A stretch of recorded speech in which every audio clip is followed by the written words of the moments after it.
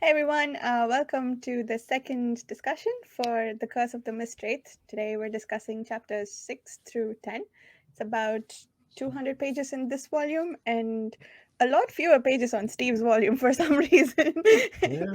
um, so we have some wonderful guests today, Steve and Chris. Would you like to introduce yourself? Steve Chris, first, all right. maybe, Well, sorry. okay. You can put me on the spot, Varsha. I am Steve from Steve Talks Books, Steve Talks Movies, and you can find me on pagechewing.com. I'm happy to be here and glad that we're on this journey together because I feel like I will need the help to kind of keep everything straight. So glad we're reading this together and taking this on as a group. Yeah. I echo you, Steve. My name's Chris. I sometimes make YouTube videos, sometimes being found on Patreon, and occasionally found on Twitter at 7 o'clock shadow. I I felt like I like one set of notes as I was going along this week, and then I would read a bit and then go, well, none of that makes sense anymore. So that like abandoned all that. So yeah, very much like you. I think this felt like 5 chapters of like discovery and changing of characters and who they were and their motivations and that kind of stuff. And I think that's why I felt the way that it did. Mm. Mhm. And Yeah, and I I'm think, really glad we're going part by part too. yeah. Yeah. Yeah. And we met a lot of we encountered a lot of the magic in the world. I think we've encountered like 3 or 4 different types of magic. I think in the last set of 5 chapters, all we saw was Arathon wielding his sword, and we just got some information about how Arathon used his powers in the opening battle sequence. I don't think we saw much other magic besides, but we got a lot of the world's magic in this one as well. So yeah, there's a lot to break down and discuss. Yeah. Yeah. Yeah. So where do we start? Like honestly, I'm like, Mm. I guess we can start with 6 in the tavern. That was a yeah. Yeah. fun. Yeah. Yeah. Sorry, go ahead, Steve. No, I was just No, go ahead. agreeing that it was fun. Oh, go ahead, Chris. So we're introducing a new character in there, Eliara, or whatever way you Mhm. Elera, whatever way we're going to call that. And the fact that I didn't at the time realize that she was part of a different faction necessarily. I just thought she was an extension of the Fellowship, but she's from a competing faction, I think. And what I think by the end of our little journey of 10 chapters, we're sort of supposed to think are the bad guys. Although I am also not sure that they are the bad guys in a lot of ways. I don't think it's quite clear who the bad guys, good guys are. But she is on this kind of voyage of discovery of trying to. I mean, she's obviously been sent in to do kind of exploration and that kind of stuff, but she's kind of doing it in her own way. She's kind of finding her own way to do it, and she kind of makes her own decisions. Right, I'm going to follow this person in the Fellowship and go to this tavern, and then eventually finds herself embroiled in a set of circumstances which she, if it wasn't for her, she saves the day, sort of, so to speak. I think it's fair to Mhm. say. Mhm. Yeah, yeah, good for Arathon that she was there, right? Yeah. Yeah. Mhm. I think we do meet her in the first 5 chapters, right? We saw I think we saw her interaction with the first enchantress. Yeah. The very And start. she's sort of like not quite following the rules or not being very obedient even during that interaction. I think she's like I think we get a mild hint of the antagonism that the enchantresses share with the fellowship, apparently, because they have their waystone. Is that what that's called? And the prime enchantress is too proud to ask for the waystone back. uh, Hmm. and yeah, we do see that later on. Yeah, so I guess it wasn't super clear whether they were working with them then, but now we know that they're sort of an opposing faction. Yeah. It's probably not the best place to talk about it, but that whole is it the Corianthans is that their name? Mhm. Mhm. Their whole system of hierarchy seems fascinating Yeah. insofar as there's very much a class based system within it, insofar as they're using these young orphans and these young kids as their source of power. Yeah. And in some ways that sort of leads you to think, oh, they must be the evil people because of the nature of that relationship. But like, where did I find that from the glossary, or is that somewhere later on in the chapters that came from? I don't know Uh, if everybody knew that, even for instance. the using of the orphans, I Mm-hmm. Yeah, I think it was there was a flashback to Elira, is that Elira? Her when Lyrenda, the first enchantress, she's sort of channeling Elira's feelings. That's when we see that Yeah. the sorceress is Yeah, so we'll see enchanted. that later on. Yeah, when she's making Yeah, the connection, when she's doing the scrying or scrying, isn't it? That they're Scrying. doing the basic yeah, yeah, spying on the hmm other people. Yes, we definitely get a sense of it through there.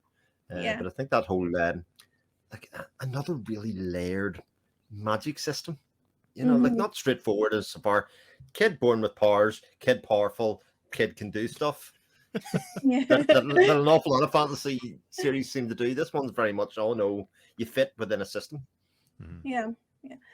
And it's also sort of yeah, I don't know if I got a full sense of this about whether you can train to do magic no matter who you are, or if you need to be like seeded with power. At least with Lysair and Arathon, we know that they have some innate abilities that were given to them when they were born. But all the other mages, like Darker, for instance, how did he come to apprentice with Asandir? Did he naturally have power, or did he just decide this is what I want to do? So yeah, that is interesting. And also the lifespans of the enchantresses and the mages, they seem to be really long lived. But if having power is what gives them the long lifespan, all of them have lived for at least 5 centuries Yeah. apparently.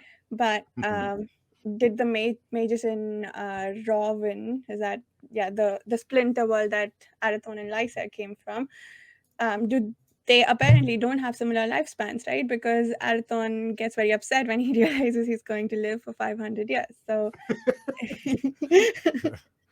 I yeah. mean, he So, gets upset a lot in this, as it Hmm. turns out. so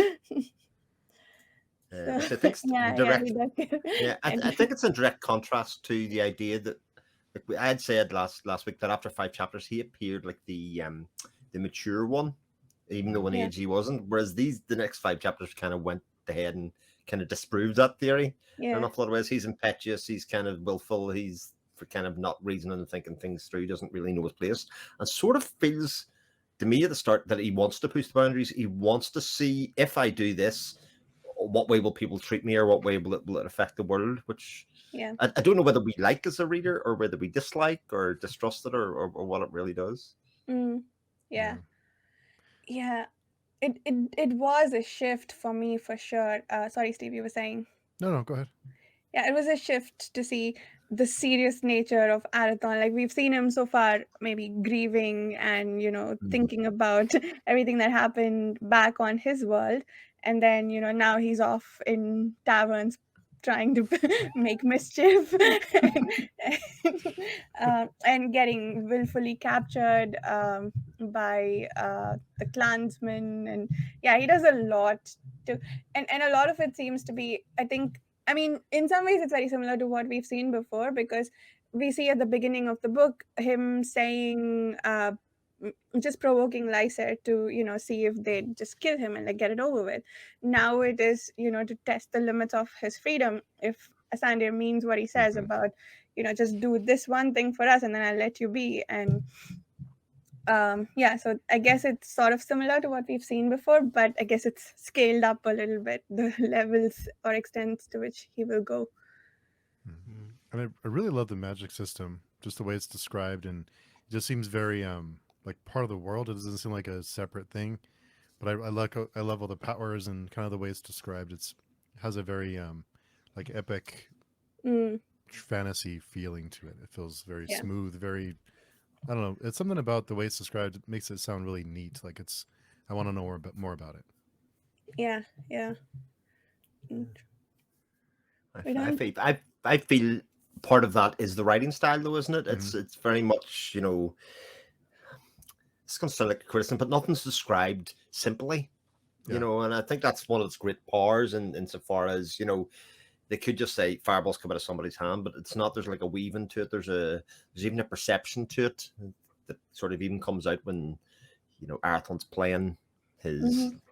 Laurent, etc. it kind of comes over in waves and it kind of manipulates things very slowly around them, like all that kind of stuff. So it suits the writing very, very well. It's a good Yeah. point. Yeah. I agree. That makes sense. Mhm. This I'm trying to remember if we see any major magic before the strands bit. I think the lane transfer, that was interesting, being able to Oh yeah. travel quickly, and I guess the concept of lanes um, to to move around in, and Yeah, that's what we needed. What we needed was another kind of intricate system yes, to manipulate against. Which I actually have to say, the idea of lanes and with traffic at least can make some sort of conjugal sense for us that live in a modern society and drive, work, and do all of those things. But yeah, again, it's like, okay, here's another thing. But especially how that ended up being used and abused by people, by the time we get to chapter 10. So. mm, yeah. And it seems like it's not just used for traveling. I guess they're not of sort of like, it's easy to think the first time you encounter them that they're sort of just ways to travel, especially I guess because of the name, but they are lines of power apparently, from what we can understand, because the enchantresses watch specific lanes to get information, right? So here's a question: are there 5 lanes that we're told about? I Are they thought given a number? I don't remember a number. Was there a um number? we've Because I could, We've met fifth and third lanes, but I seem to recall they've mentioned 12 lanes. I don't it could be remember where 12. I Because saw that. I was wondering if they were directly linked to, say, the 5 towers, or there. I know there's now 4 towers, but there were 5 towers that were found in, the place that Arathon's control over. Name Yeah. escapes me. It's Isendril, is it, or something like that?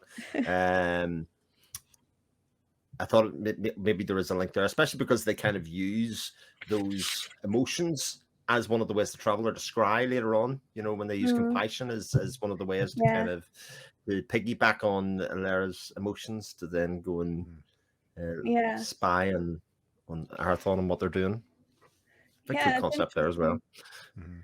I wonder if they were able to do that probe because of the nature of that relationship with Arathon, or if it was because of the lane that they were using to do the probing.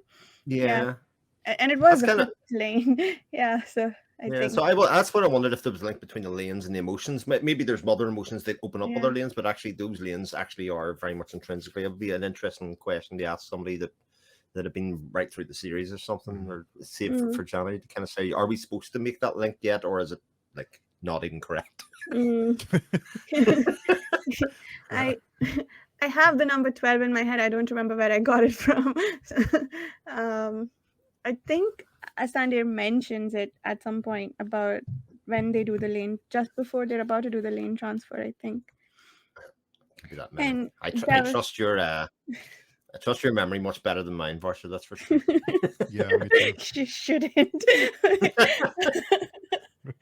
There was also, I guess, another interesting aspect of it. I don't know, because I like to geek out about this, I guess, but I think the second time they do the lane transfer, Tucker mentioned that it's a latitude transfer. So I guess, there's like latitudinal and longitudinal power lines around the world, which is interesting.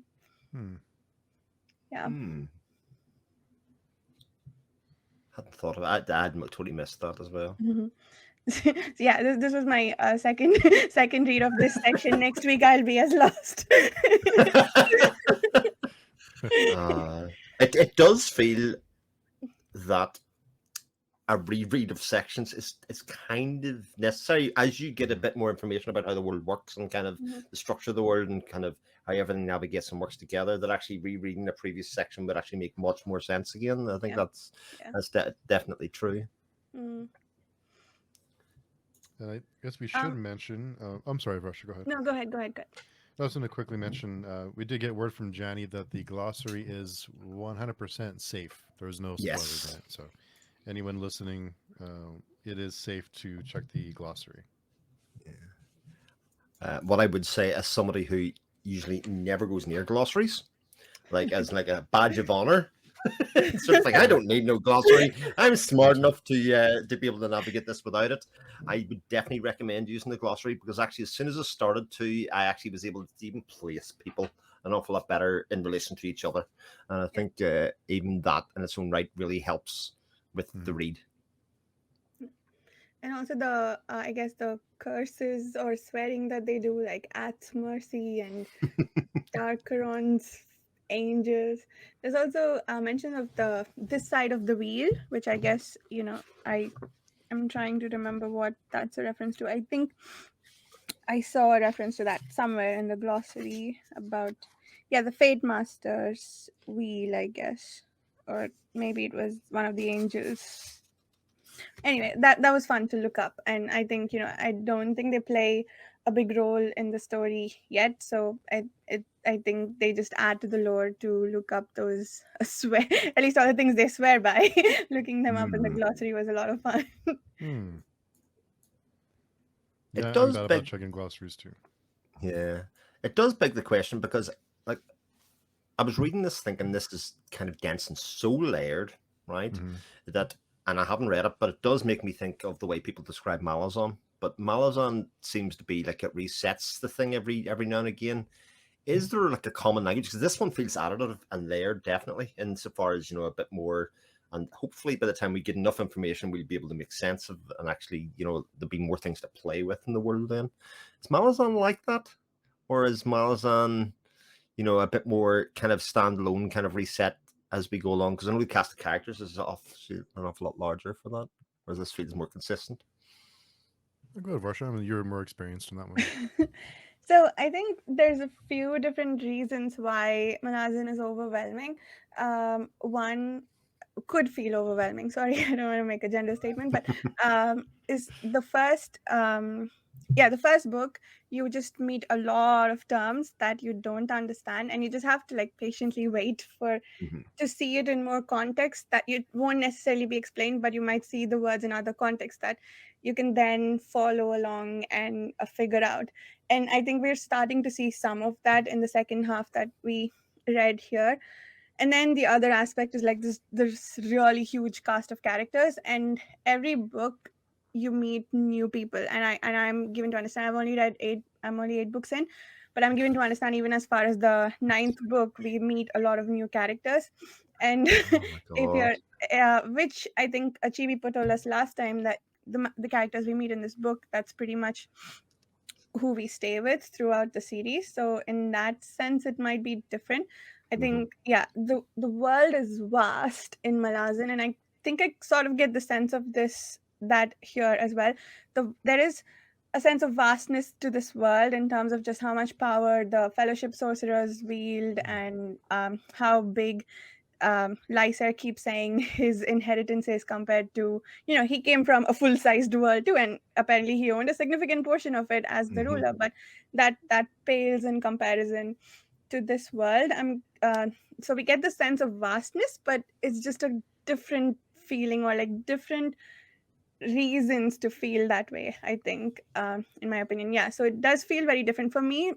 It's similar to Malazan in terms of the language, because both books use words that I have to keep looking up, and or words that I'm familiar with in context that I've not seen them use before. One that comes to mind is besotted, like to mean drunk, right? Repeatedly. But I've only seen that used in like he's besotted with her, that context. So yeah, it's just, I guess, vocabulary building also that can slow you down. So yeah. Yeah, I think like all the characters in Malazan makes it more difficult. This seems more focused. Like we're focusing in, at least so far, that we're focused in on a group in a world. But with Malazan, it's like a reset button almost every book. Okay. So Yeah. you're starting from scratch almost every time.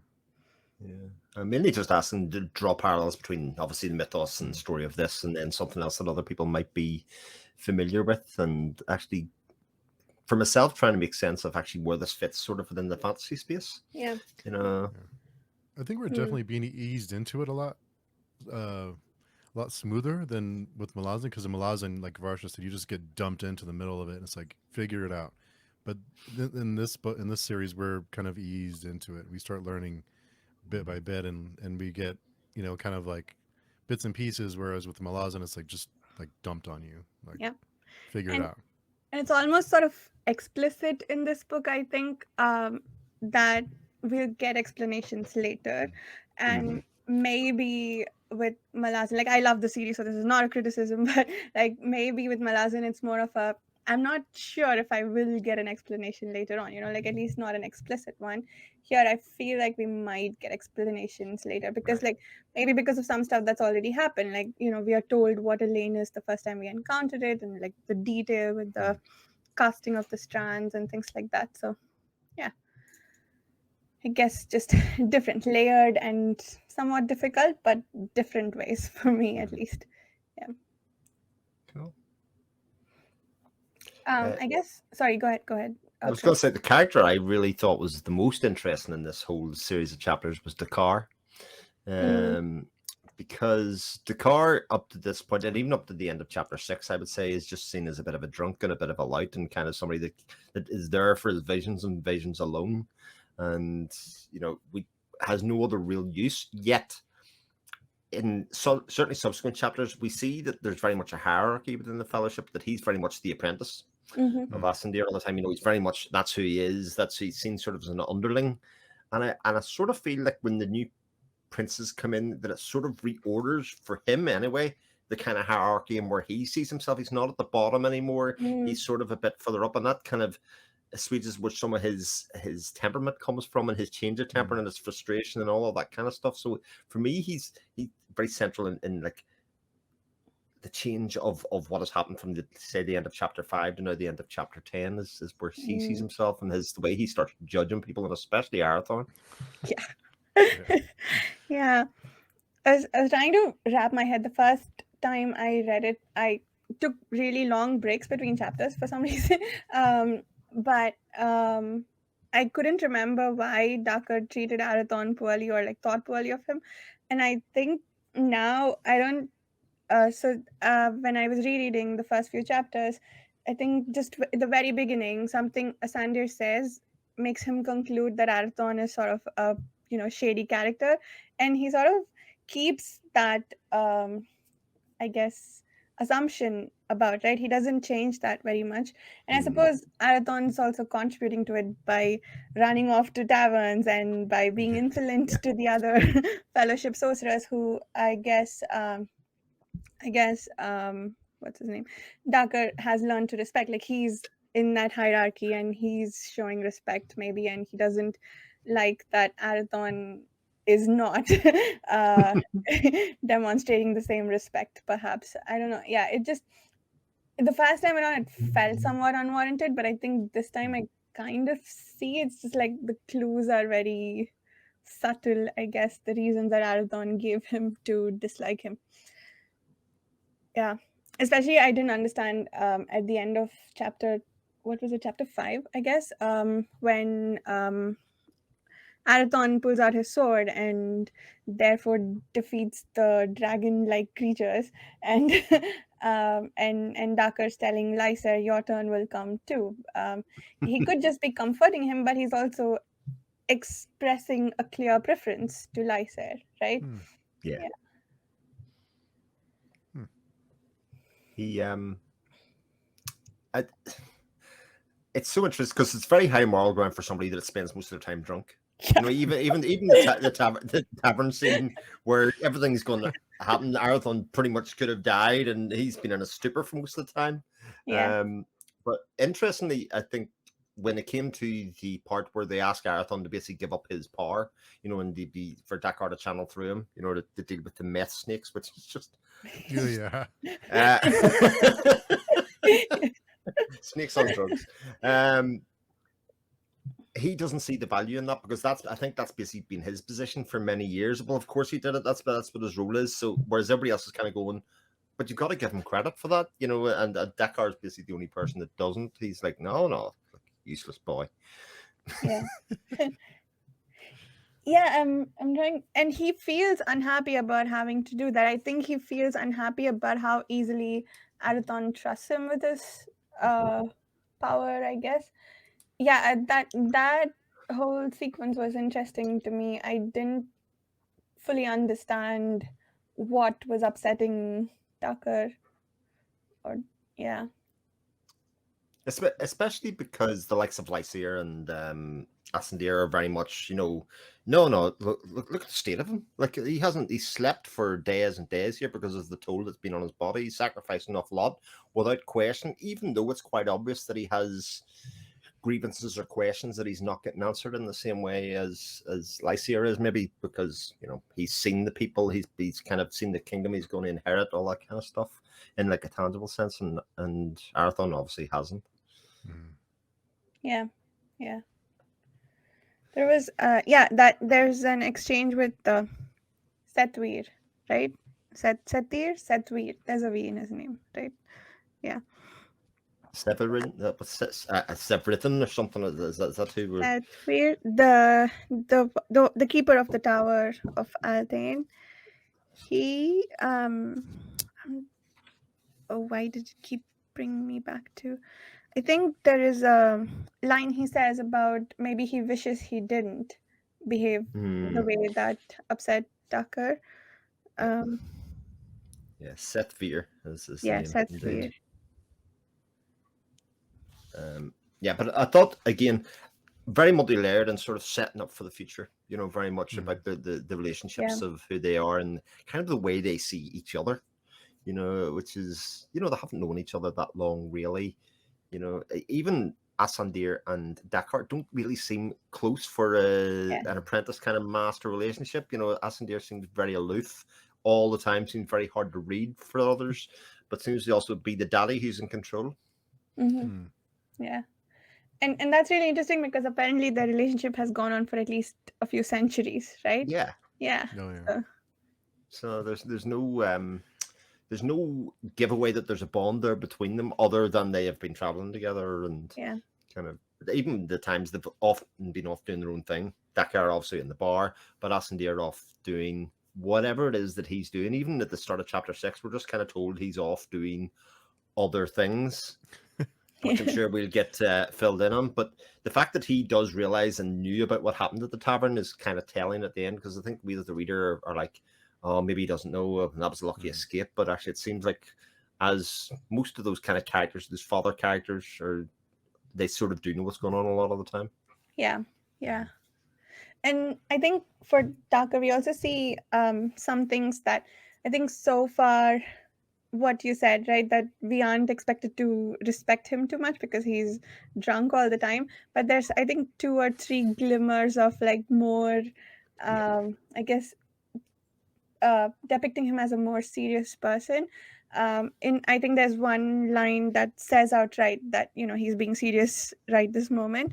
And then I guess when they're casting the strands, also I guess all the swirl of emotions he experiences regarding Arathon's submission to him, I think that was very interesting to me. Like, yeah, you would think of him as more than that fat drunkard, right? So that you're expected to, that has been portrayed to you so far of his character. So yeah, I think, I don't know if I still like him, but I'm more interested in his character now. Here's a question: do you like anybody really? Is any of them really somebody that you can really tacitly hold on to and say, this character I like? I'm kind of going to bat every time. I'm sort of on the fence about everybody, I think. Certainly from my point of view, which has changed a lot from the first 5 chapters. I think everybody's got shown their kind of multi-layered, faulted kind of people. Yeah. No, I agree. I don't think I have anyone that I like everything about outright. Arathon, I liked, like, he was hard done by in the last set of chapters, but now he's just being a brat.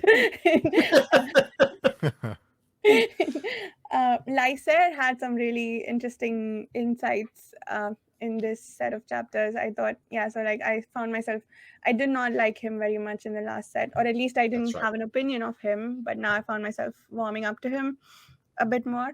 I think Ilera is who I can say that I like. And so far, I haven't found a reason to dislike her. Yeah. What do you think, Steve?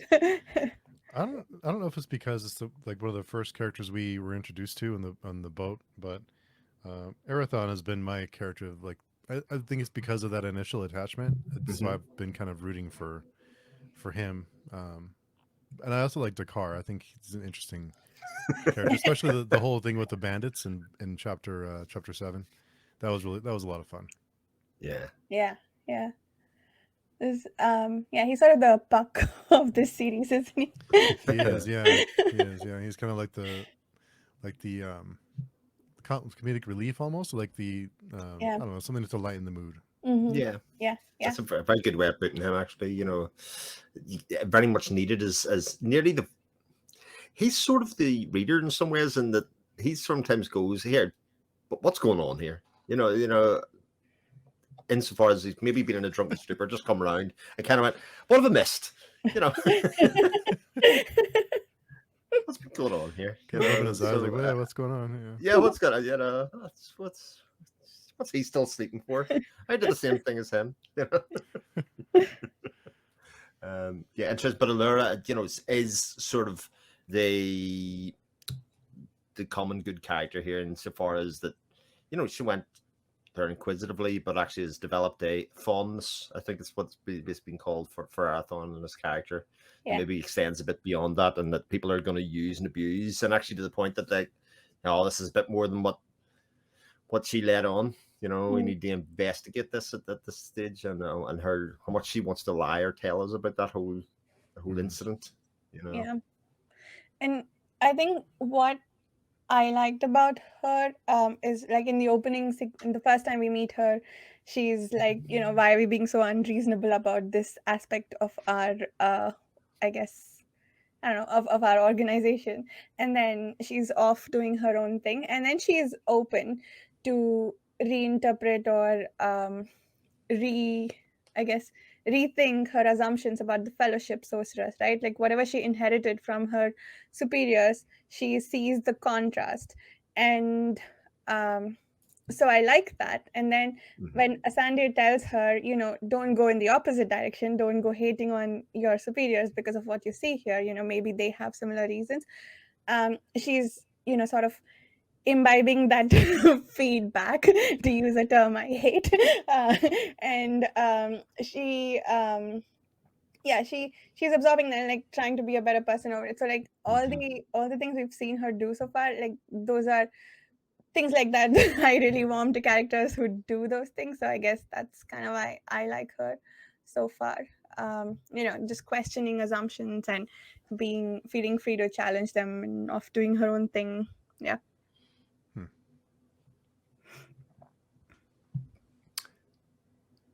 Next Mhm. talking point for me, if we need one. What's that? Lysier have another talking point if we need one. Sure. So Lysier and Arathon both seem to kind of, by the end of chapter 10, have fallen into who they were from birth, so to speak. So Lysier is kind of like not that interested in his power still. That whole bit has not really been investigated, but he's happy to be a king.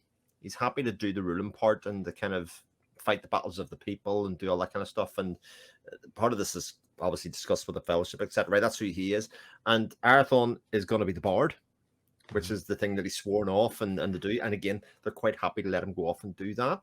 So it's kind of like everything that's happened from the prologue to now may not have happened because they're going to let these people do their own thing, which is a bit strange, I think, given that the fate of the world sort of rests on their hands as well.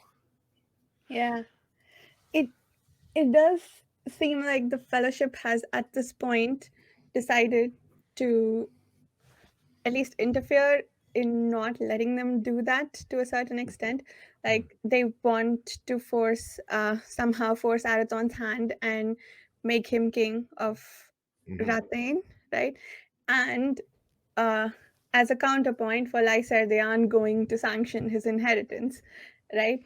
So neither of them gets to do the thing that's easy for them to do, and they have to give up the thing that they will like. Or, I mean, for Lysair, actually, it's not very clear whether he has to give up what he wants to do, because, yeah, it's just that the fellowship won't sanction his inheritance. So what that means, I guess we don't know yet. We don't know if that means that we know that the clans probably won't give them give him his support anymore. But what about the townspeople? Maybe that's why he decides to rally the townsfolk because the fellowship won't sanction his inheritance. Who knows? But so at least he might still get to do what he wants. But with Arathon, it's sort of like, nope, we are just taking you around and taking you 180 and taking you in this opposite direction that you did not want to go in. So I thought that was a really interesting thing that like the fellowship is going to interfere in both their lives. But at this point that we see them, you're right that we are sort of we're seeing them in their natural state. And then there are consequences from here on based on how they cast the strands, I suppose. Mm-hmm.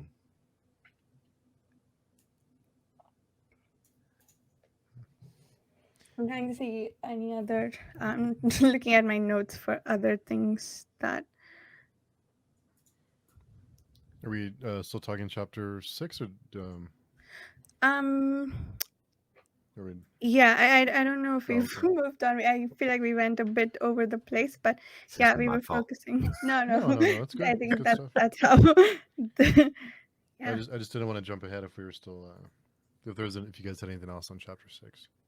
No, I The only think other something. Yeah, the only sorry. other Go thing ahead. I'd say about chapter 6 is, and actually all of chapter 6, is it shows the fragility actually of Arathon and by Hmm. extension Lysair, insofar as that if they're not immortal. Mm, They could. Oh, yeah. They're still threatened by the very common things that are everybody's threatened by. Street violence, all that kind of stuff. The world could come to an end, and everything that could happen to them could come to an end very quickly. They're fragile, and I think Hmm. that's kind of one of the things that happens in the tavern is that you kind of see actually, but for it being interfered or something, he actually can't do that much. His powers only extend so far. Might be able to take care of Mistwraith, but dealing with people, not can't do anything in that aspect. And I thought that was an interesting. I thought that was actually the whole point of all of those first couple of scenes within 6 and 7 is to actually show that actually these two boys, while they are powerful mages who are going to save the world, actually are very weak. In the big mm, scheme of things. yeah, yeah, and I suppose also how vulnerable the world is because if they go around putting themselves into danger like this, then if they die, maybe the world never recovers its sunlight, right? So yeah, I guess that was also interesting. And I think so normally when heroes who are supposed to save the world, who know that they are the only person who could save the world, go put themselves in danger, I'd get furious.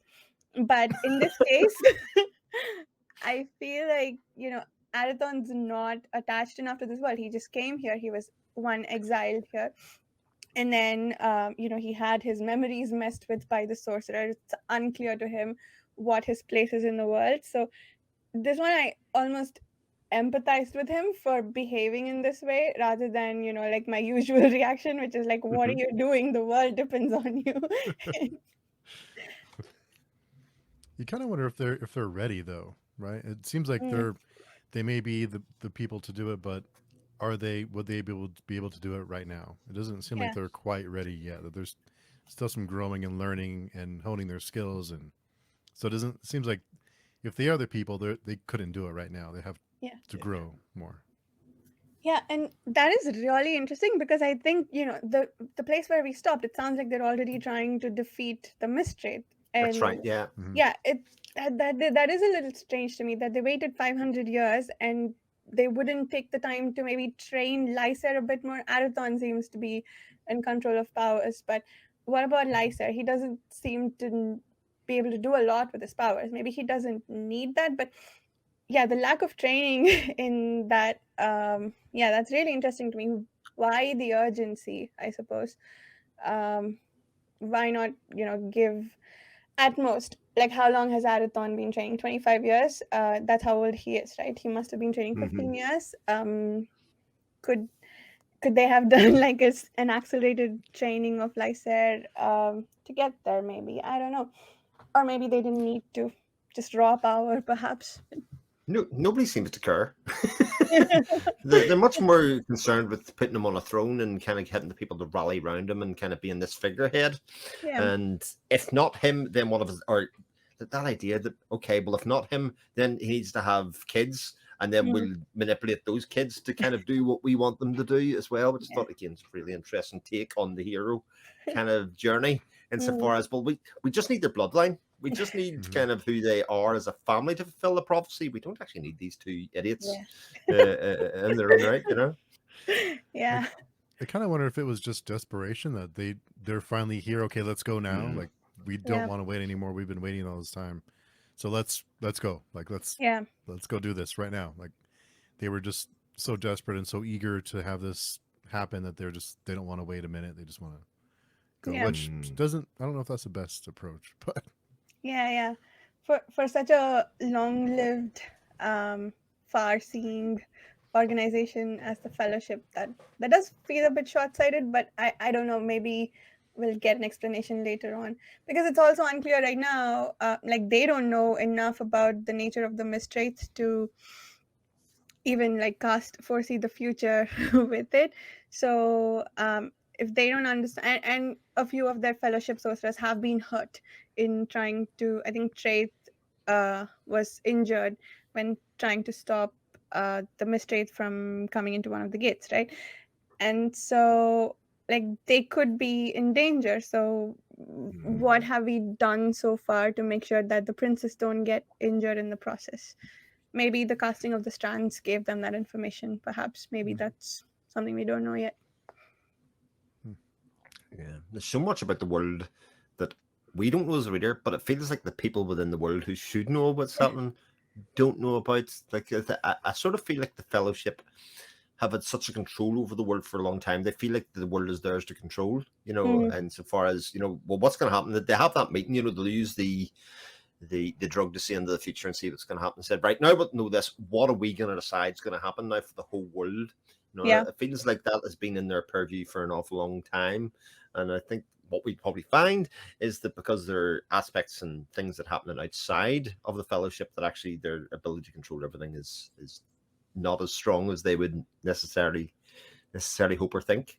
Mm. I guess that's also a point to the contrast between the Fellowship and the enchantresses, right? Yeah. The Fellowship sees the enchantresses as like this meddlesome Mm-hmm. group, and the enchantresses think that the Fellowship have too much control, right? And we don't know enough to make a judgment yet. We've seen some mean enchantresses, and we've seen some seemingly kind sorcerers, mages. And yeah, so I guess we are expected to form an opinion so far, but maybe not. I feel like, that could change at any point. Yeah. And we also get, obviously within the sorcerers, except everybody's, lots of people seem to have roles. You know, some people are guardians of this gate. Some people, his job is just to do this. Some people is the mind the vault, all that kind of stuff. And you sort of get the idea that a lot of these individuals are frustrated themselves by one, the lack of recognition for their own role. Like Mm. I think it's Triats, whatever his name is. He's sort of frustrated as to kind of how he does not involve, how people seem to know everything about it, and he should know about it first. And you know, there's like a frustration that happens in it. And I suspect the same thing from the Enchantress as well, insofar as, oh, this person knew about that, I didn't know about that, and I should know about this. You know, people have this very much it's back to that idea of order, you know, Mm. within society. You know, people think, oh, I'm in here in the hierarchy. This is where I should be told, or this is my importance goes. And the same sort of goes for the clans and the townspeople and all of that kind of stuff by the end, where you're kind of like, well, this is their role is there. I can't believe they're being involved in this and we're being, Mm. you know, spurned or whatever. So I think a lot of that very class based, I think Johnny put it in the words is, you know, do we assume there's a feudal system here, for instance? I don't even know if I'd really thought about there being a feudal system, but definitely there was there was an idea that there was people and there was people just ruled over them, and that was pretty much it. That there was just but sort of unruly, like, because there was no king, there was nothing actually Yeah. holding it together. Mm.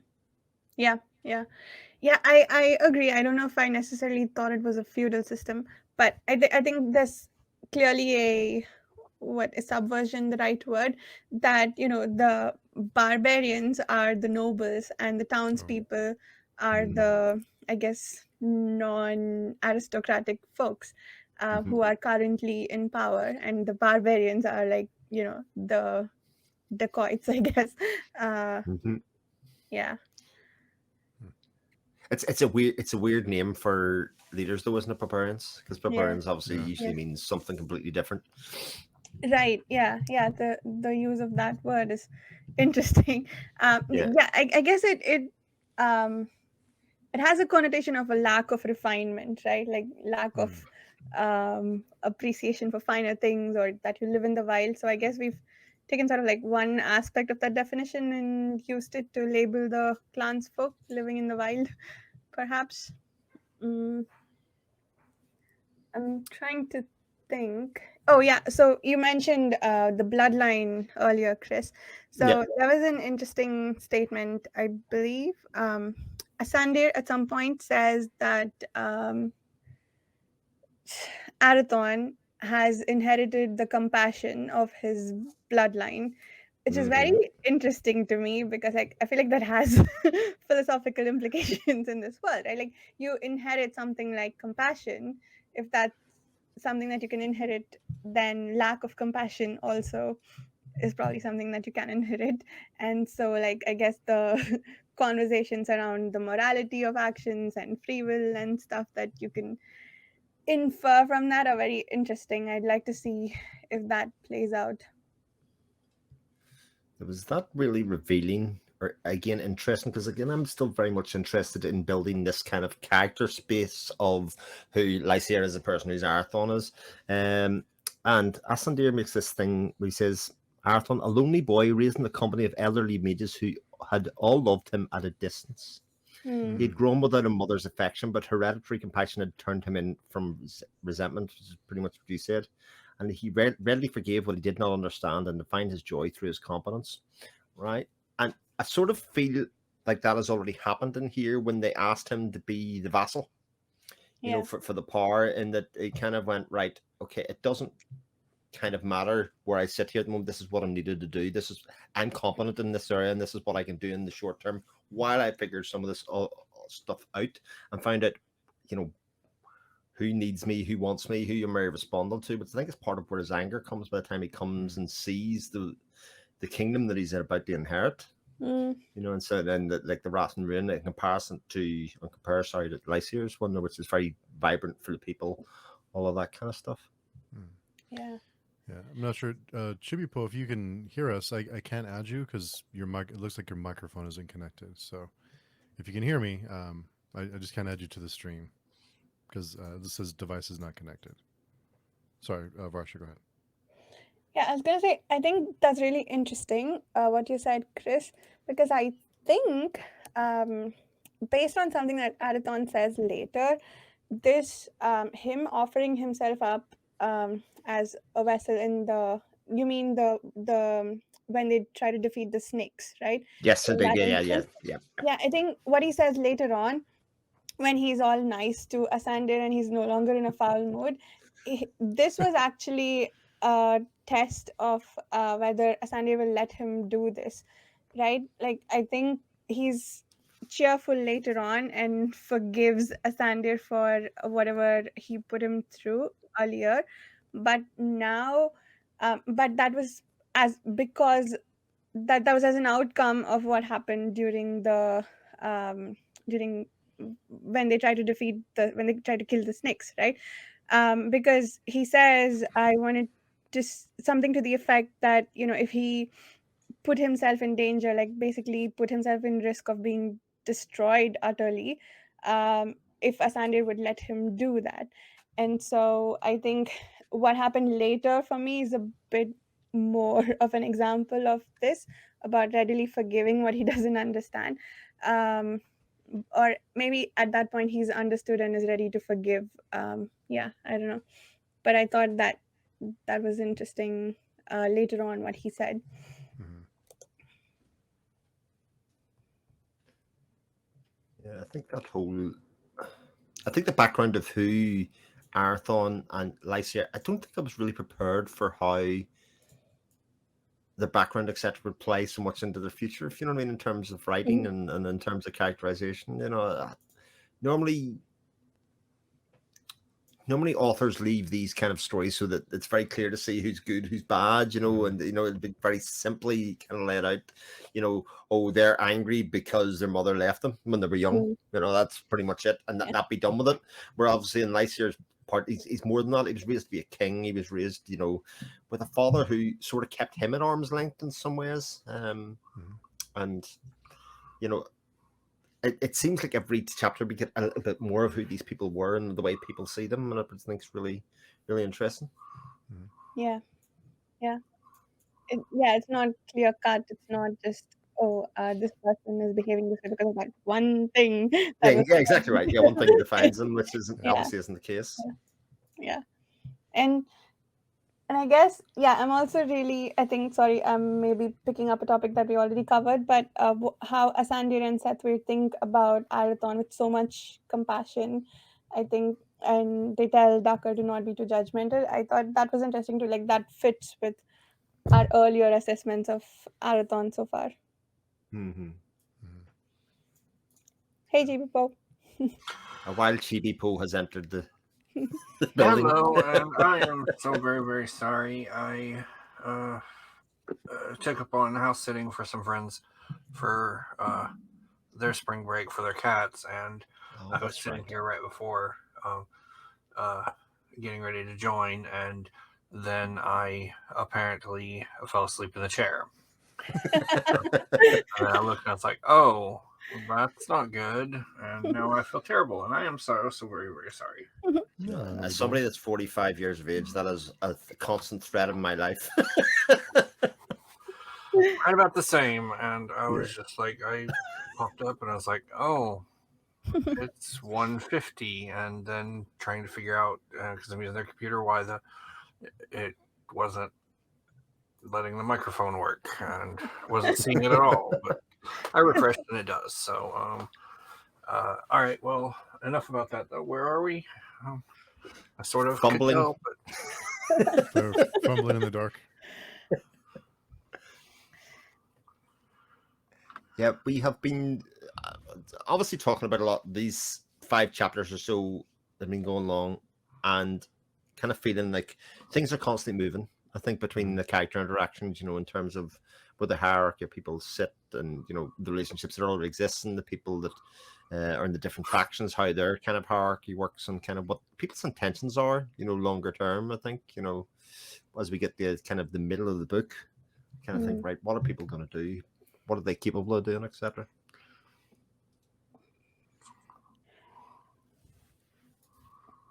And Chibi, you mentioned chapter 10 being pivotal. Oh yeah, that's right. There is a moment in 10. Well, there's a lot. By the point of 10, they are. We've reached the kingdom of Wraithen, and they pick the spot where they're going to fight the Mistwraith from.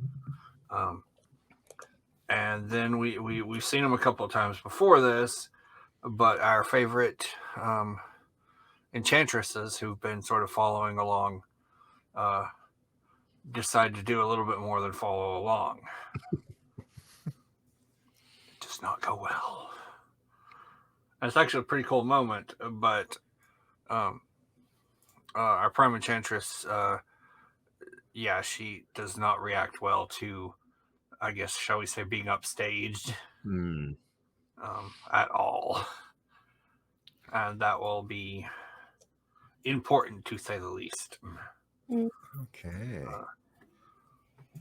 Yeah, these young upstarts. I suppose in both ways, between Alera and Arathon and Lycia, they're kind of like a law unto themselves. They're making their own decisions. They're making their own choices about what to say, what not to say. And those that are kind of sitting in the hierarchy above them are like, okay, this cannot be allowed to pass in some ways. Well, it's interesting when you look at after Erethan, upsets their scrying, and you look at her reaction, Mm. and it almost it's kind of it's a touch crazed. You see how she refers um, to him, and the fact that the fellowship are letting him walk around.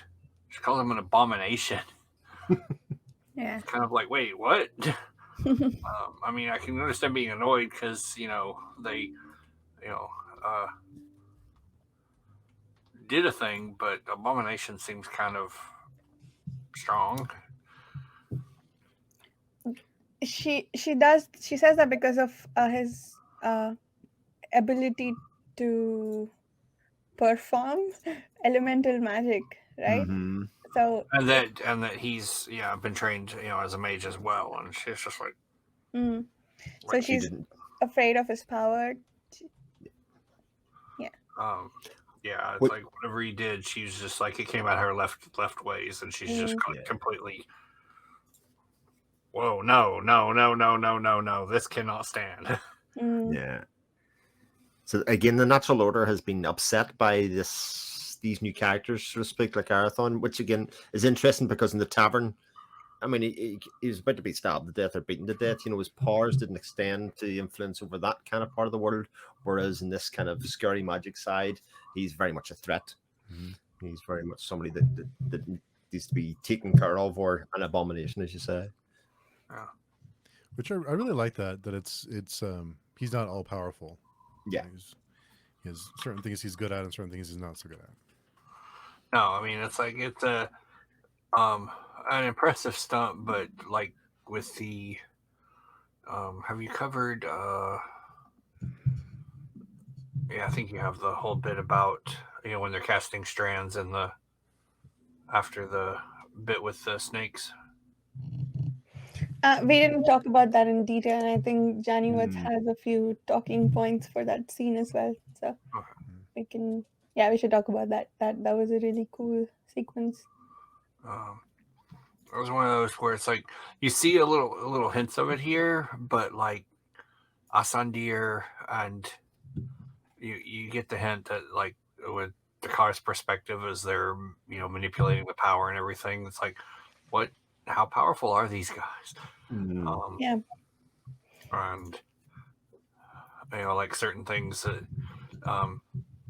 in the conversation with Elera where um, uh,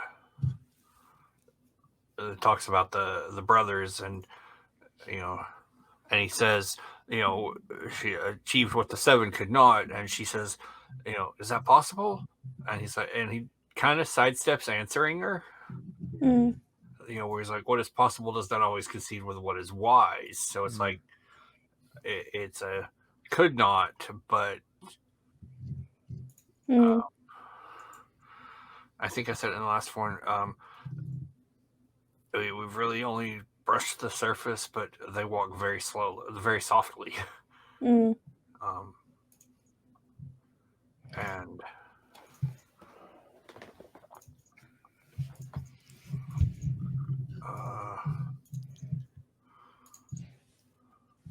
Yeah.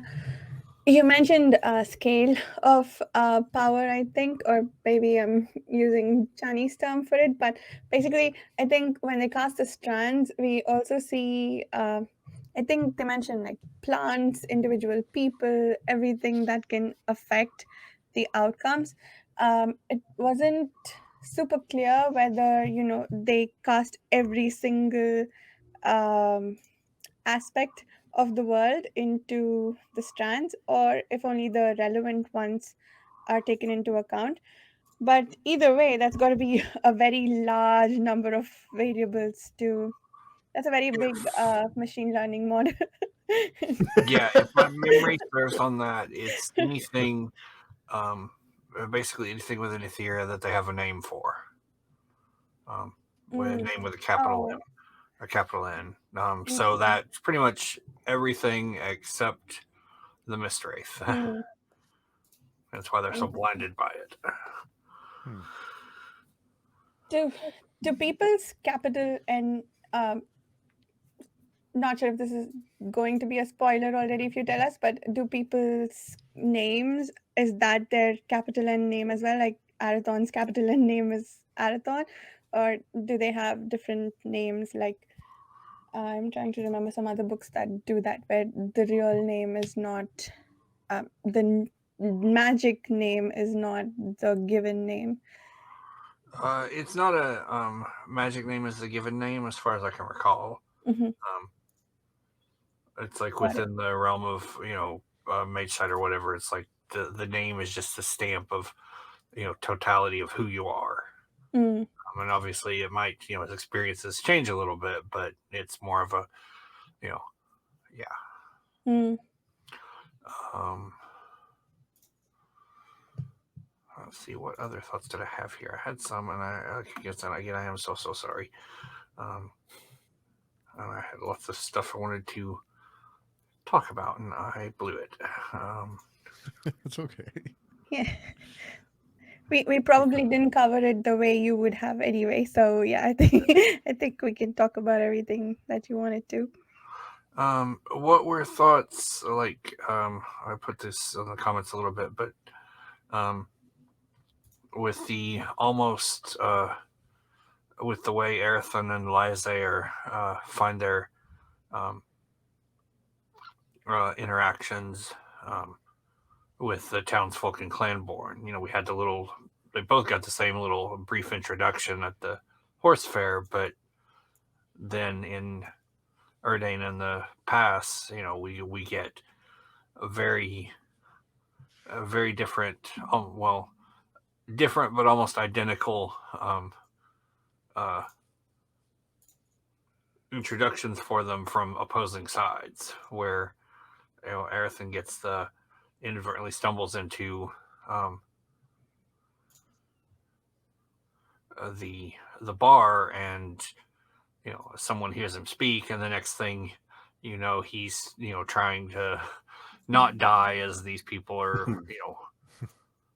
coming after him for reasons he has no clue about. And then he baits them in the pass, and Lazaire is seeing the clansmen as a it's like, well, these are just marauders and thugs. Well, and I don't know. I almost kind of felt a little bit that he wasn't really giving Asandir, you know, pointing out the opposing side of things. With the clans, like, yeah, these other people lost some money, but you know, these guys are losing their families and sisters and daughters to some pretty horrific stuff. And he was just gonna be like, oh, don't no. He was just gonna go, don't both sides this kind of thing. And I'm like, oh. Yeah. He what's his name? Arathon didn't saw the townsfolk, the hatred that the townsfolk have for I guess the nobles or the aristocracy that the barbarians used to be. But Lyser does seem to have a moment of realization. If I remember correctly, I think he, not right at the moment that Asandir tells him to reconsider his position, but I think later on when he has that moment of insight about, this needs to start with my relationship with my half brother. I think that there he also. The presumption shamed him that he had dared to set judgment on the lives of the Cambrys barbarians. Their plight must be better understood to be fairly handled. So, like, he does seem to be thinking about it later on. So, if if it didn't seem to us right at that moment, like he took a Sandy's advice, he does seem to have at least registered it Yeah, to the he extent that does, and it just I pointed out because it's just like, and it's there's both things, because as we can see, Arathan doesn't really talk about uh, what happened in the bar at all to them, so right. or to him, and so it's like there's because he's not up to sharing things, so it's like there's like little character flaws here, and I like that they're not that he's struggling with this and not. Yeah. Yeah, I think I really warmed to Lyser in that moment when he had that. Okay, I need to like stop making judgments and observe this world before I make any decisions about it. So yeah, and I guess that's also really stark contrast to what the um, mages think will happen later on, right? Like from this moment of realization that I need to be objective about these and not pass judgments to, oh, he's going to rally all the townspeople and wage war on the clans. Like, how does that happen? And Satvir seems to think that, or one of the mages made the assumption that the Mistwraith is causing that manipulation. They didn't have awareness of Lysair's internal conflict, I suppose, but they also thought that that was an anomaly enough to blame it on the entity that's not part of the. Yeah, that Yeah, it's somehow something is going to happen involving it that um, right. will upset everything that they're planning for. But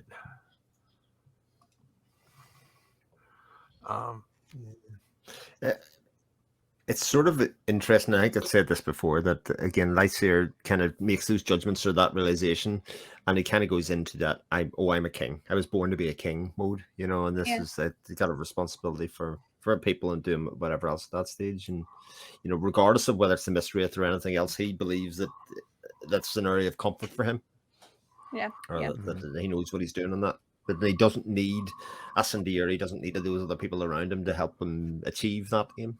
Mm.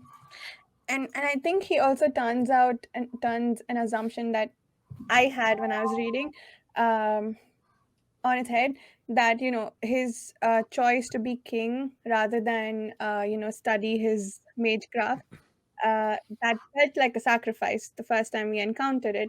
But then the thoughts in his head, he's like, no, I'm taking the easier way. I'd rather be king and fight for glory than take the hard route and study and hone my craft or whatever. So I think, yeah, there's this notion of both brothers choosing what feels easier to them, and not being able to um uh, or at least the fellowship might interfere with that. And in contrast, then you had Arathon and his magic loot, or labyrinth, or whatever you want to call it. Oh yeah. The what I would probably just think of as the Indiana Jones and the Last Crusade moment of these couple of chapters, where he comes out with a tattered and battered version of the thing, and everybody's saying, "No, it can't be that one." And of course, I think you had like one string or something. yeah, it's battered and broken and all the rest of it. I wanted to ask you about that because you play music, right, Chris? I do. Yeah, so I wanted to get your thoughts on that whole section there where they talked about music and instruments. Yeah, I mean, I think I've said this before. I think it was when in the last chapters when it said other musicians can spot other musicians. I think that's very true. I think again, anybody that's looking for a decent instrument isn't just basing it on the shiniest one, or otherwise, I just don't see that as being a reasonable kind of thing. And in fact, just like wine or anything else, the things that are well aged, the quality of the wood is nearly always the thing that makes the difference. So actually the age of the wood and how well it's been protected and cared for actually gives the better sound.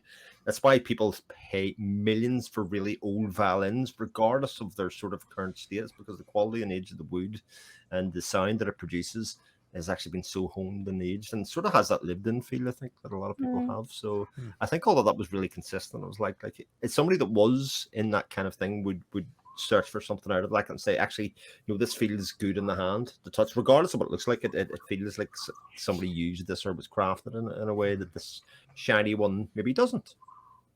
That's a made up instrument, right? The Lyranth.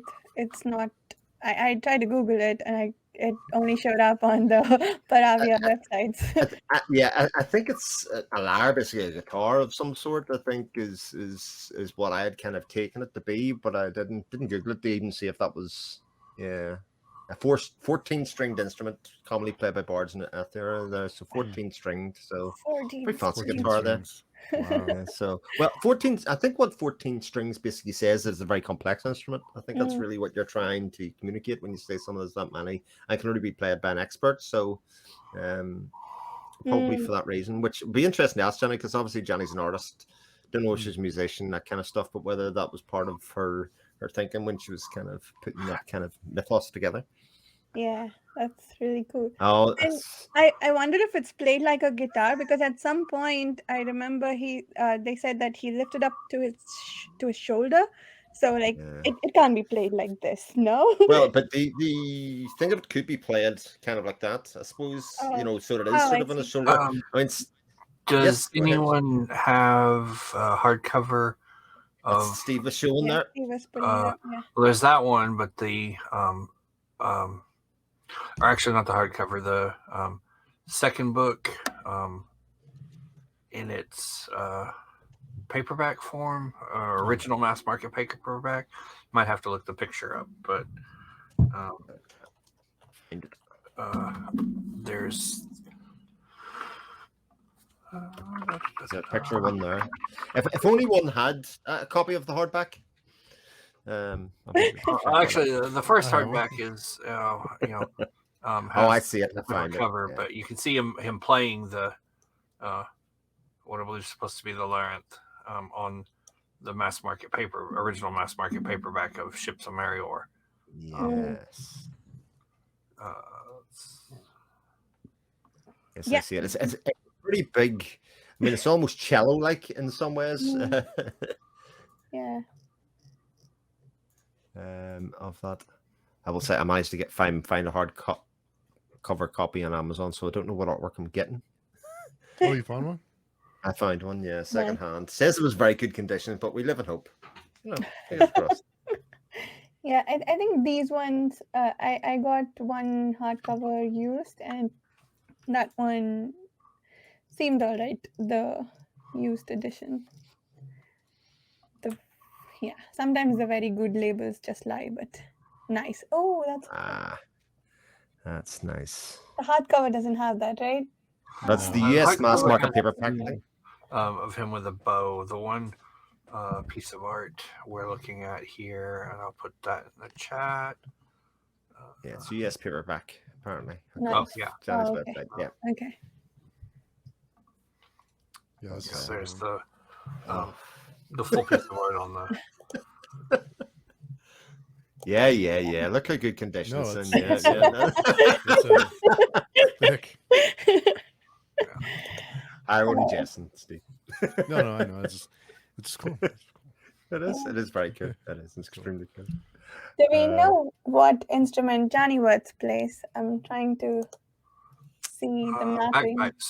Bagpipes. Cool. They are hard to play. Oh man, I've tried. That was an experience. Well, not actually the bagpipes, but the Irish version, which is called the Alien pipes. Very, very similar, a bit smaller, and how to do. But yeah, I did have a go one day, and then had somebody who was like, let's just say, extremely gifted at it, play it in front of me, and kind of make me feel kind of about that big, Very humbling moments. Yeah, well, indeed. Well, it's kind of one of those things. If somebody's going to play for you and they're kind of going to make you kind of be in awe of them, they may as well give you a practice to show you at first, how hard this is. I think it's a very good move. Yeah, see how hard that was to watch this. Yeah, that's exactly right. Yeah. Yeah, and I don't know if I noticed this detail, but it's like looking at it. It's got the strings over the neck, of course, like you have usual, but then there's and I can't get the picture to enlarge more, but there's a set of strings just above the neck as well that keeps going. I can see at least two of them, but yeah, like I said, it's it's a very cool looking instrument. I kind of wish there was a real life counterpart. Maybe a woodsmith who likes the books can make one. Well, there was the nice part of it, though, that when Arathon was asked to play for people, he basically sung a war song that kind of insulted Lysair, and that Lysair was like, shouldn't be doing that, but yeah, Lysair was what's the it's one of those. It's like you can see, I guess, almost a little touch of the same mania that seemed to seize his dad, or his dad was obsessed with the whole thing, and you get the feeling it's like all the things that happened in that feud, they're just that he can remember. They're just there, you know, in the back of his head. Mm. I think the moment of realization that Lysa has, I was curious why he thought about, understanding the clans of Camrys alongside understanding his brother better. But now that you mentioned it, Chris, I think it's because of the the parallels, right? The kingdom that Arathon was supposed to inherit, they resorted to piracy because they couldn't feed themselves from the land.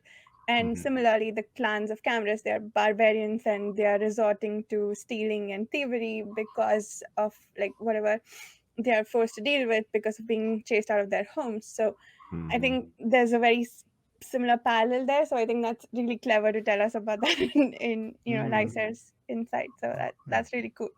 Yeah, and also I guess in the song also. So I think you understand the brother. Maybe you understand the clans that you're supposed to rule better. Yeah. Not been chased out by meth snakes yet. Oh, man. Yeah. That was an interesting name for the snakes for sure. I did, yeah. Sorry, go ahead. It's written well before Breaking Bad, though, so it's not, it's not exactly. I can give a little background on that. We'll have a scene in ships in the next book that will show. It's tied into the root word, and I think they might have mentioned this somewhere, but the meth is just for the root word from Mithuri, which refers, and which they'll get a mention here in a little bit, a few chapters, sometime between the next 8, which were these malevolent beings that they basically call it, hate wraiths, that possess things and warped them, and it's a thing from the Second Age, so they're long dead and dealt with, but their effects continue to perplex them. So even and prop up, even when they think they've dealt with this, they get a genetic throwback, and then here they are again, and they got to deal with extremely extremely poisonous snakes that are highly aggressive and want to kill. And actually, it is in the glossary. We just look. No. Yeah. I hadn't started using the glossary by that stage. My bad. And I didn't look these up. Like I just enjoyed thinking of the med snakes as something from our world. Their poison is the drug. Eating too much that blue crystal before the. And I did wonder why it needed the entire fellowship's power to drive them out. Is it the volume? Is it the need for certainty that they've destroyed every last one? Yeah, I was curious about that. Combination. Let's see if I can. A very large area to cover, and interesting. That makes sense, because I think I imagined a very small pond because one person was overseeing it. So Well, they did give the illusion that they were streaming in from from the gates, and they were sort of trying to hold back stem the flow, so to speak, rather than kind of do. And a lot of that, I would say, weirdly again, a lot of the menace comes from the little brief bits that come between the chapters of in another part of the world, a sorcerer moves from his long rest, etc. The dark sorcerer kind of moves from his long rest, because there isn't really, to this point, anything kind of shown to us that is really supposed to be the big bad, other than the people that live within the world and their relationships and their distrust of each other and what they want for themselves. But the Mistwraith, I mean, I think it was alluded to last time. Like, where did the Mistwraith come from, and do they really want to get rid of it if they find out what it was originally for? In some ways, which is sort of has Mistborn parallels, I suppose. In some ways, if anybody's read Mistborn, it's kind of similar idea. Yeah, because of the strife that might follow from if the Mistwraith is defeated, the world will for sure see war, and the Fellowship is taking a sort of, not unilateral because there are 7 of them, 5 of them, but a decision to say no, we want the Paravians back. That's too much. But have they just left the world, or will they die out as a race? Because leaving the world, maybe they've gone off to another splinter world, like Daxon Ilor. Hello, Yeah. Maybe they just went off to another one, in which case, like, they're happier there. There won't be war when they come back. So that's interesting for sure, the choices that they made. But it does seem like there are some unicorns still in this world, right? That's right. Yeah.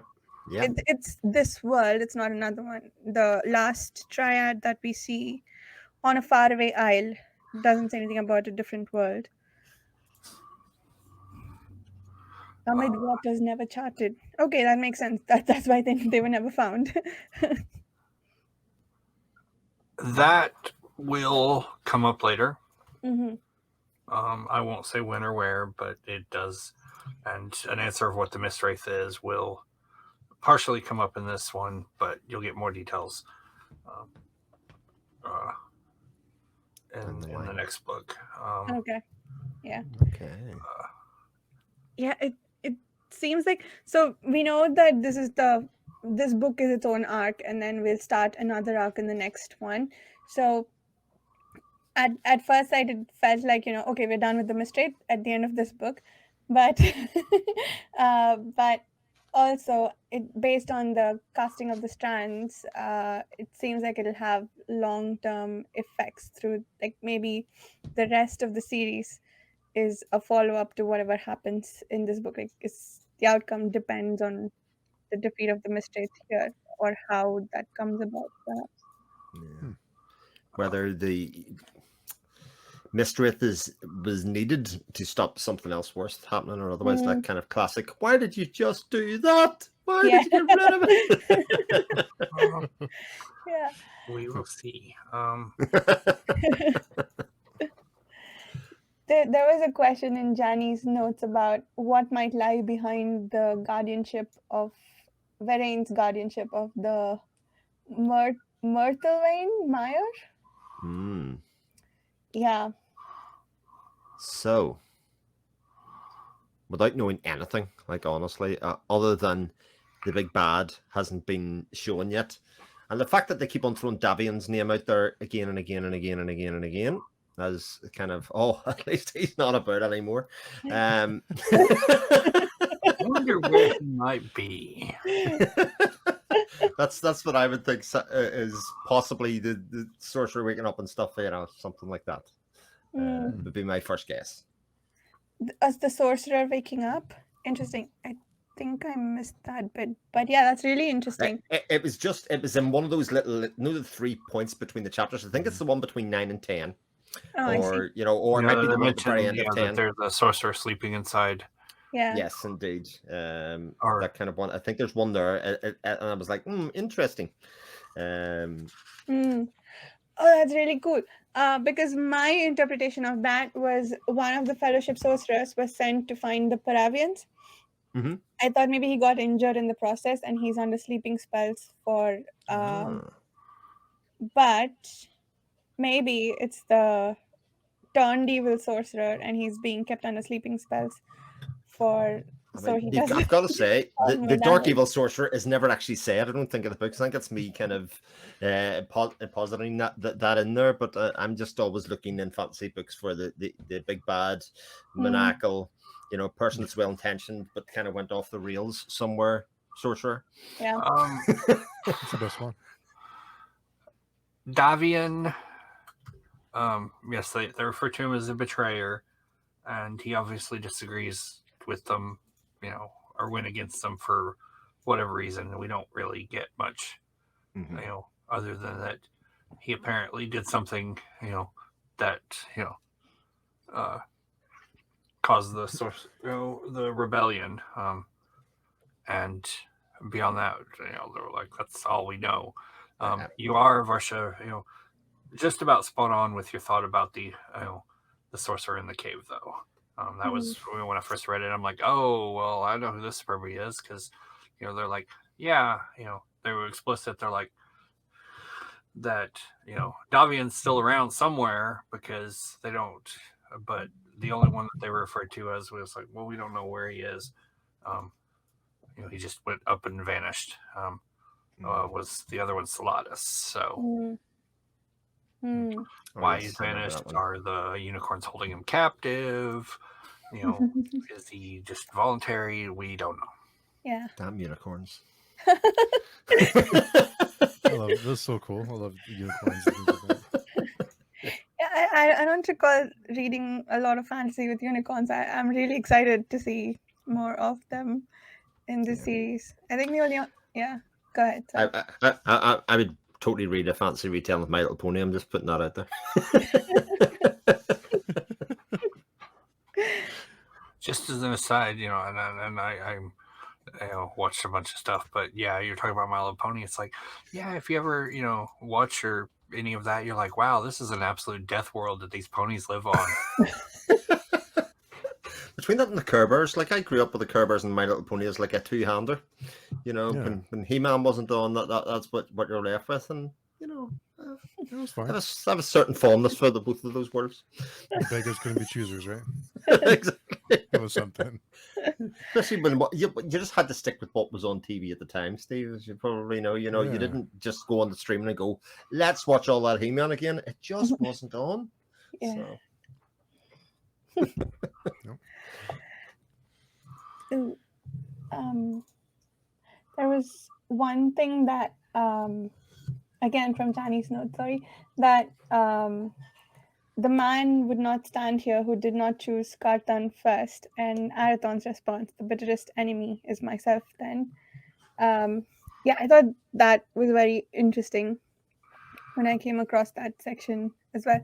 Like, I don't remember if it was here, but basically you choose, and I think there's a follow-up line about choosing your responsibility. I'm going to try and find it, but I thought that was really deep, and I added a note about it. I can't find it. Thought I had marked that page. Let's see if I can find it. Yeah.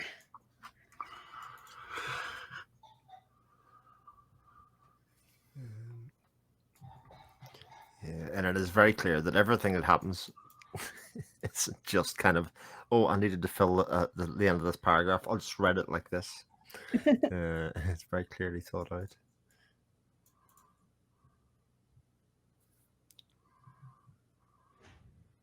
And as Jenny kind of asks about, keeps on asking us questions to probe our understanding of the magic systems that are in there. Yeah. And while I think we talked about at the start that certainly we got a lot more understanding of the magic systems in 6 to 10 than we did 1 to 5, it still feels very okay. It's sort of getting a handle on it. It's kind of know what it's doing. We've got this idea that we channel through other people, and again, I'd said this kind of before we started recording, but this is all very Wheel of Timey for me. This kind of idea that we channel through other people, and that there's like a council that's making decisions for everybody. All that kind of stuff is very much like the Aes Sedai council in various ways, and that the kind of enchantresses and the fellowship, and then our small group are kind of all like different branches of the Ajaz that are through there. Without kind of going too deep into Wheel of Time mythos, it is very reminiscent of a lot of those kind of ideas. Yeah. And I suppose the male female segregation Mhm. of magic, maybe they have different abilities. We don't know yet. They seem to have similar abilities, but executed differently, like prophecy or like far seeing with the strands versus Mhm. with the stones, or like monitoring the lanes and things like that. Yeah, So, and the fact that this have the focus stones are very much like the Sangreal, etc., from Wheel of Time, that mm, kind of idea. That yeah. it's not so much that people have power, but actually it's these focus points and these kind of like stones that they have that will actually be the undoing or really create the ultimate power. It's not so much that it's inherently in one person; it's kind of through the artifacts that are within the world. Mm, yeah. Yeah. And I really, for the prophetic aspects of the magic, I really like that we don't. I guess this is different, that we're figuring out all the possibilities and we are making one of these happen. And even with Darker's spoken prophecy, it's not like this is bound to happen. It's just Hmm. most likely situation. So, It's like Yeah. this could happen. mm, One interesting thing when they're casting the strands is, um, and refers to names of things and whatnot. And Dakar, takes note that without the drug, the TNL, um, that he with it he can like interpret what they're doing and follow along. Um, but without it, is he's just like, yeah, I would need to be like have whole bunches of paper and do mathematical equations to figure out Hmm. what's being said here. And so it's right. like, Yeah. uh, That also made me wonder whether he would eventually, when he's no longer an apprentice, get that powerful. Um, sorry, am I echoing? I think I might be. Okay. Nitty bitty. Yeah. Sorry. Yeah. So when he's no longer, when he's fully trained, will he be able to operate at their level, or is he just like fundamentally less powerful than the Fellowship Sorcerer? So that was interesting Hmm. as well. yeah.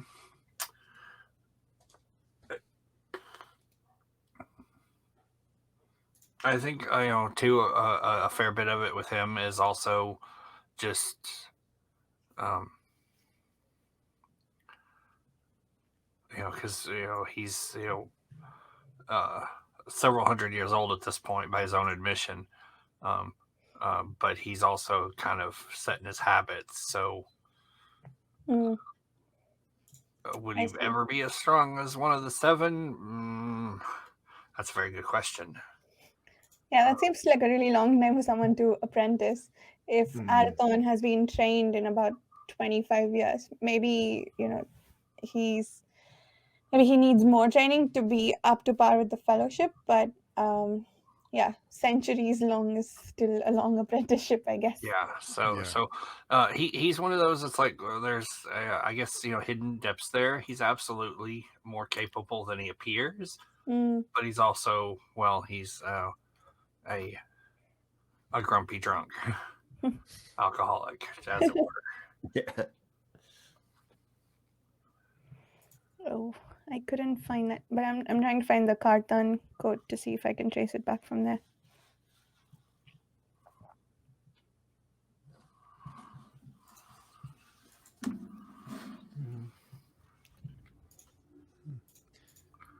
Other than the quote, do you guys have anything else on your notes or? No, other than just kind of a bit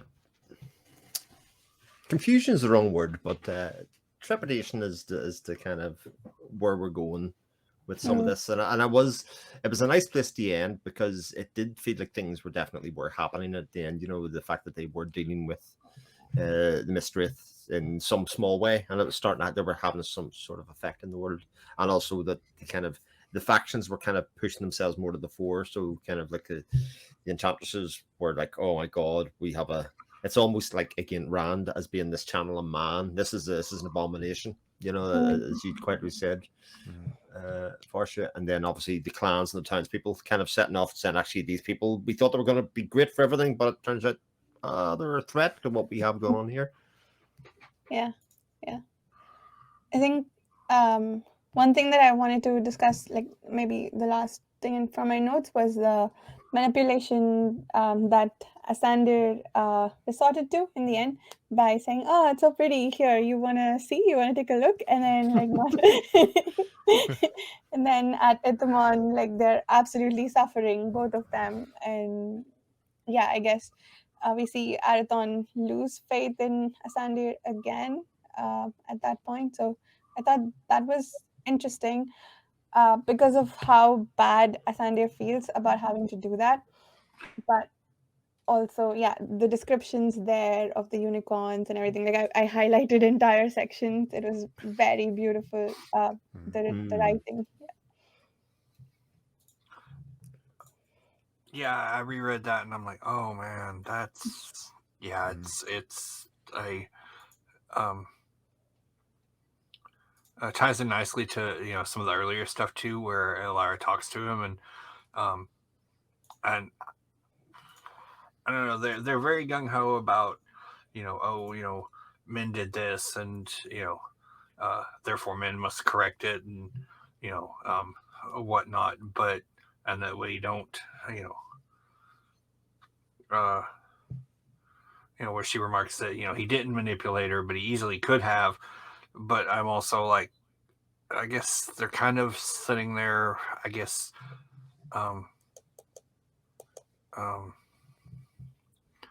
when they do interact with people, even in just like someone who seeks them out in a conversation, it's like just the act of talking to them that's going to affect people and change them, and you may not necessarily. So I think they kind of, I'm not sure a good word for it, but they sort of, go on. It's like, oh, we don't act to interfere with the world and everything, but at the same note, just the act of interacting with these people and brings about change and whatnot. But but yeah, then he just goes and is like, oh yeah, here you go. Let me give you this apple. And then you'll know all the things. And he does warn him. He says you can block it off if you want to, and Arathon very naively says, "Why would I ever want to?"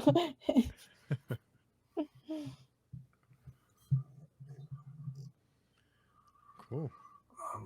Yeah, I know. It's like a lot of people have said for this book, it feels like a travelogue where they're just kind of going from place to place, but it's like each location and the people they interact with advances something, and I will make sure I'll be back at home next week. But I will absolutely make sure I don't fall asleep for this because I'm really looking forward to your thoughts on 11 to 15. Yeah. But I think based on the chapter names, we have some exciting stuff coming up. Oh yeah. I fully predict you'll be like, can we just keep talking, about 16 to 18, and keep going because you're going to, yeah, these are, things are happening now. That's cool. Yeah. I hope so. Cool. I mean, things have been happening, but yeah. Yeah. But there definitely was like a couple of chapter stretch where it was like, I definitely feel like I'm struggling to understand everything that's happening for sure.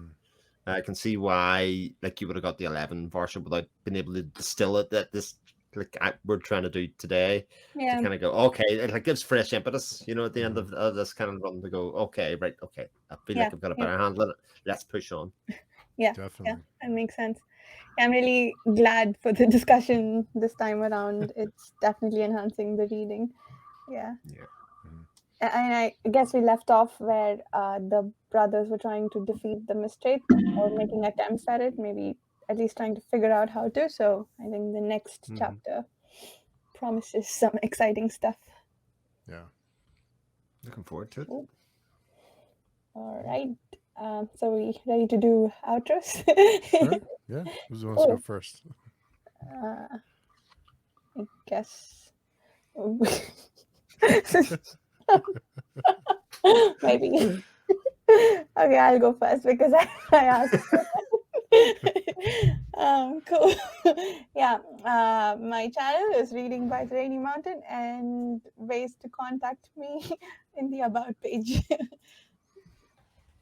It's the best outro.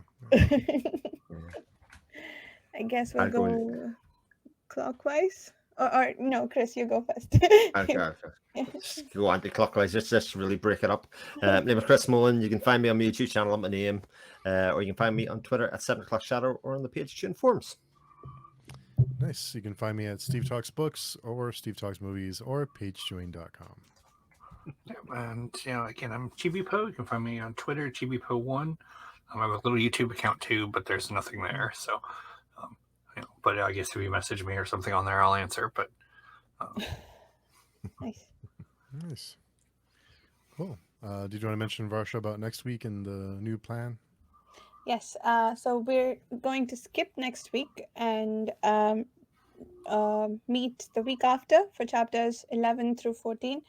And then the week after that, on Steve's channel, there's a live stream scheduled with Johnny Wirtz and everyone who wants to attend, I believe, who's RSVP'd for the event, to discuss the book as a whole. And more details for that on the page Chewing forum.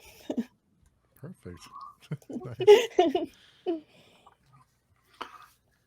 Cool. Well, thanks, everybody. Thank you.